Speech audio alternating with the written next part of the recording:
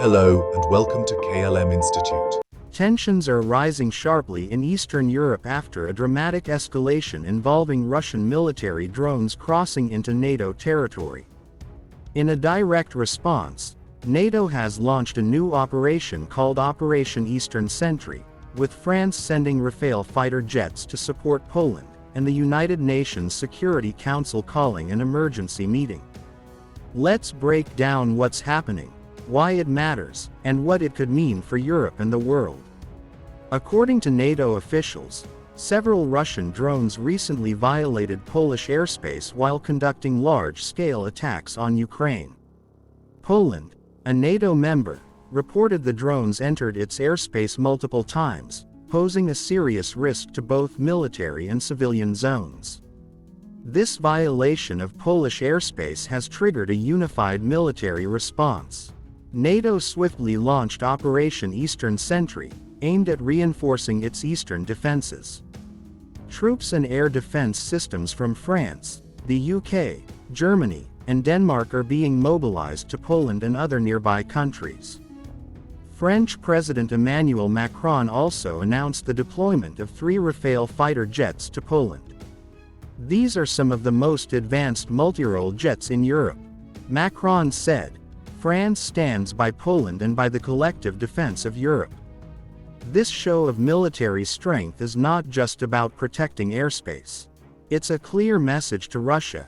NATO will defend its territory, and drone incursions will not be tolerated. Now, let's look at the bigger picture. The United Nations Security Council is holding an emergency meeting at Poland's request. This is not just a regional conflict anymore. The concern is that drone warfare, which has become a major feature of the war in Ukraine, is now spilling over into neighboring countries.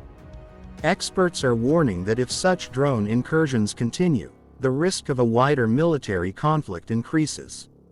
Here's the key analysis. Operation Eastern Sentry is not a full-scale war move. It's a preventive and defensive strategy.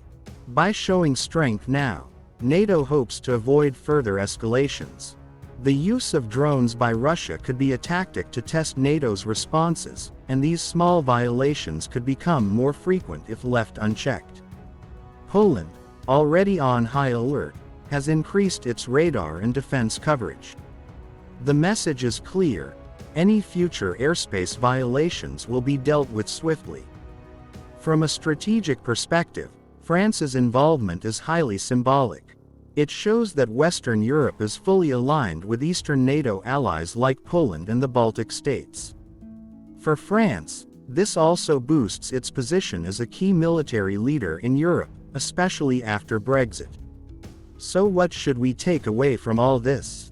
The rise in drone warfare and airspace violations marks a new phase in the Russia-Ukraine conflict, one that now threatens NATO countries directly.